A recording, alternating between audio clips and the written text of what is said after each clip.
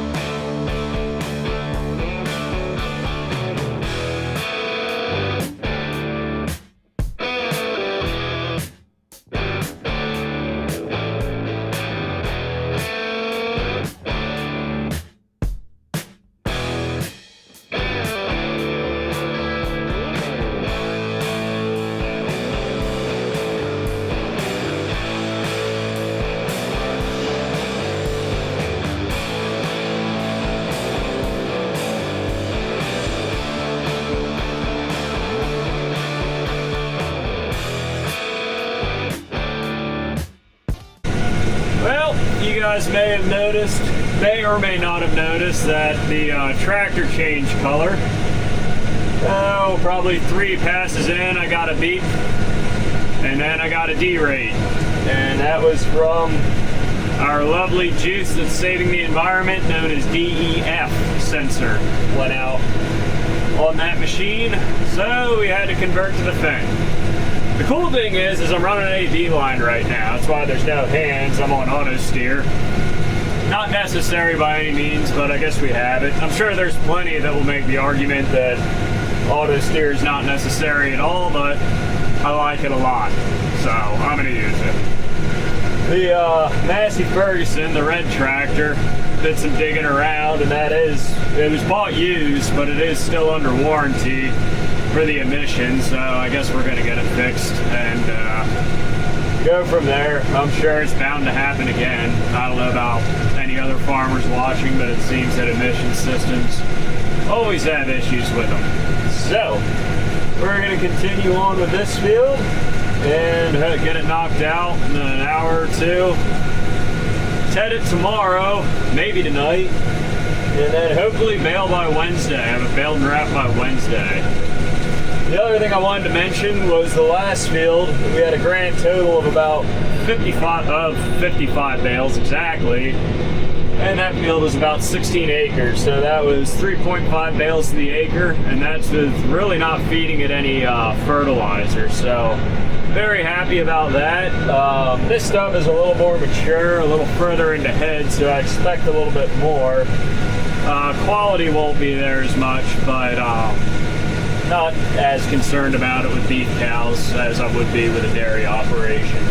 Well, my dad came out and took over mowing, so I'm gonna feed the beefy boys here quick, and then I'm gonna hook up the tedder and blow it apart and get it drying out. The sun, I guess you can tell from out here, finally decided to come out today, so since we're on time crunch, I want to get as much as we can, as much sunlight as we can exposed to that and get it dried out hopefully by Wednesday. What do you think? Eh?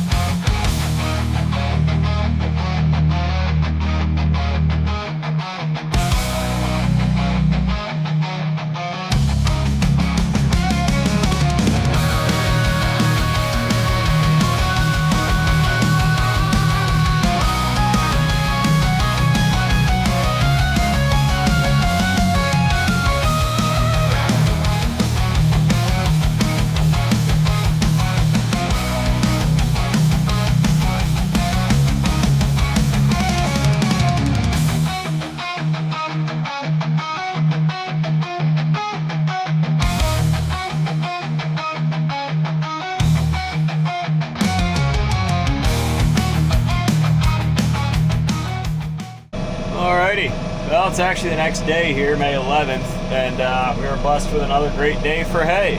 So, dried out pretty quick on us. There's a good breeze, definitely more moisture in it than the last one. But I'm not going to bale most of it tonight, but I'm just going to make a couple bales here and see where our moisture's at with the probe. And tell my dad to stop raking if it's way too wet, but I don't think so. So, got 56 bales from the last field. Now, the sixth one was kind of just a core. I just fed it right away. So we're going with 55, and we'll see how much this makes on a 20-acre field. Alrighty, first bale here from where the cows are over there to here. See what she's reading. Definitely looks wetter.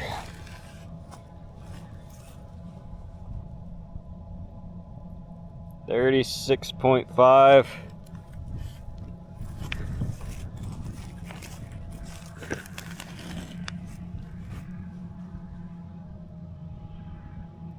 $40.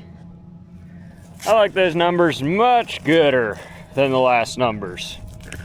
This is also what I was talking about when I meant depending on where you poke in the bale. It's a moisture meter. This one only goes up to 45. I don't know, does anyone have a better suggestion for wet bales? Works though. On the dairy, we never even had one of these. It was all just off a feel. Well, I'd love to keep rolling, but we won't have time to wrap it. And there's kind of a time limit on when to get them wrapped after they're baled, preferably, you know, under 12 hours. Well, that one I'm going to feed right away, but they'll be sitting out here for a good almost day before we get them wrapped if I keep going tonight.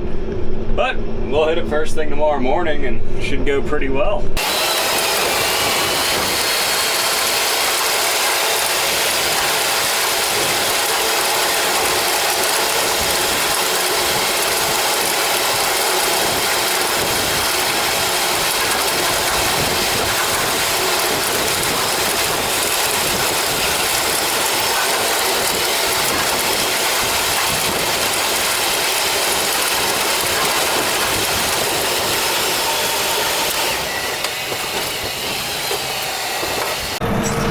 Got our first bowling ball. Yeah, well, not going anywhere.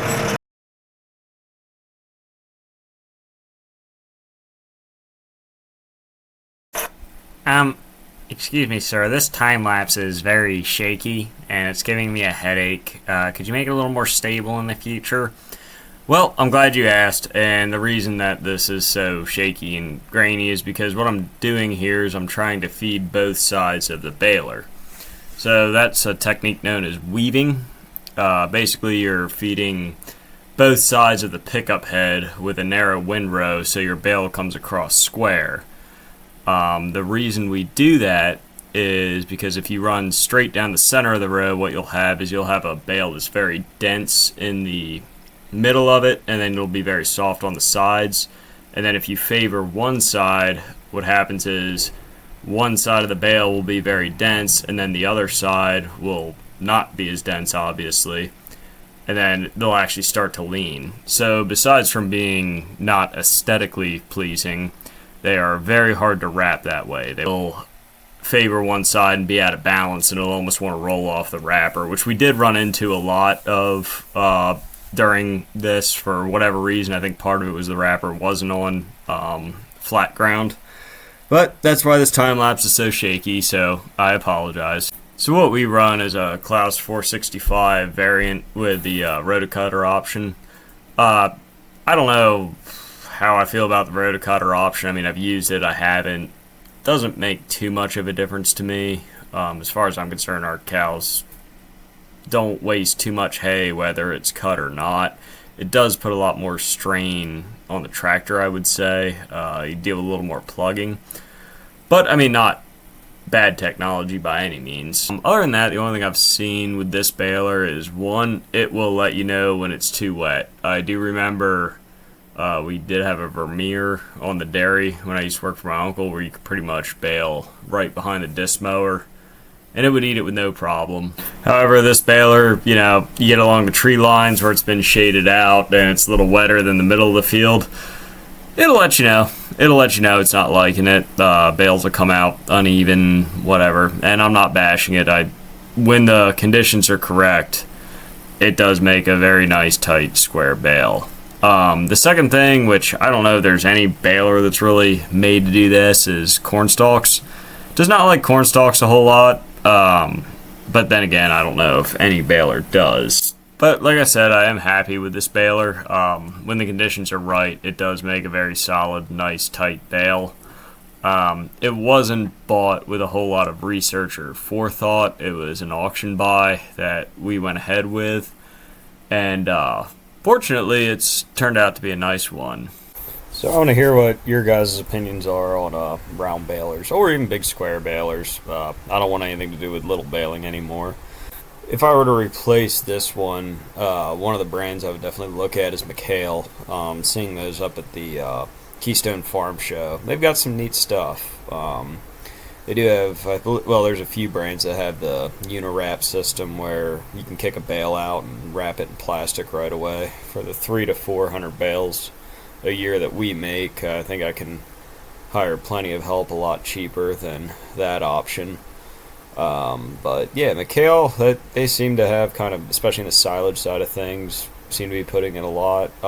Krone also has some interesting things. They seem to be kind of getting away from belts. I believe they have one that's it's been a while since I've seen it, but it's kind of like a chain and paddle system to wrap your bales. That's interesting technology to me. I don't know if a whole lot of people have ever ran them or have experience with them, but I just remember kind of researching them a little bit, and they seemed pretty neat. But I want to hear, what do you guys think?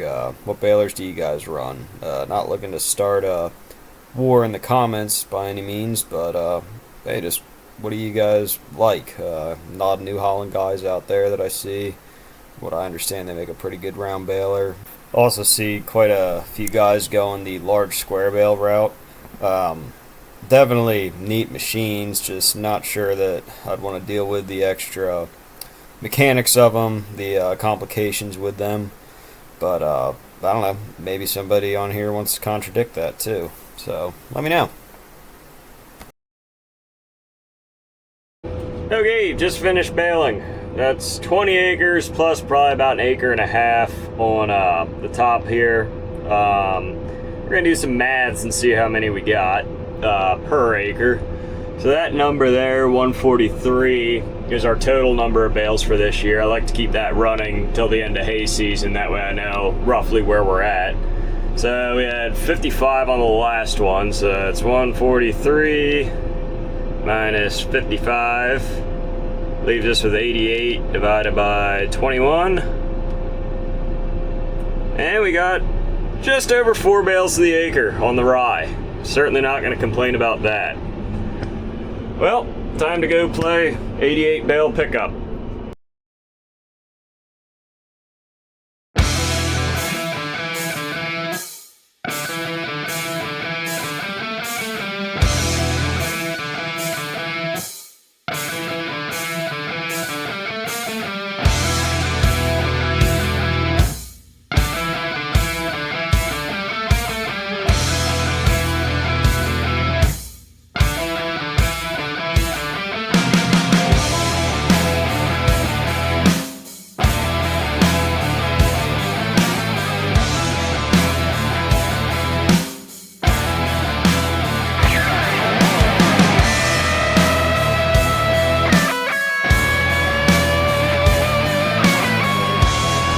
My camera died on me a little prematurely, so I didn't get any videos of us wrapping or stacking them up, but you get the idea. You saw it in the last video.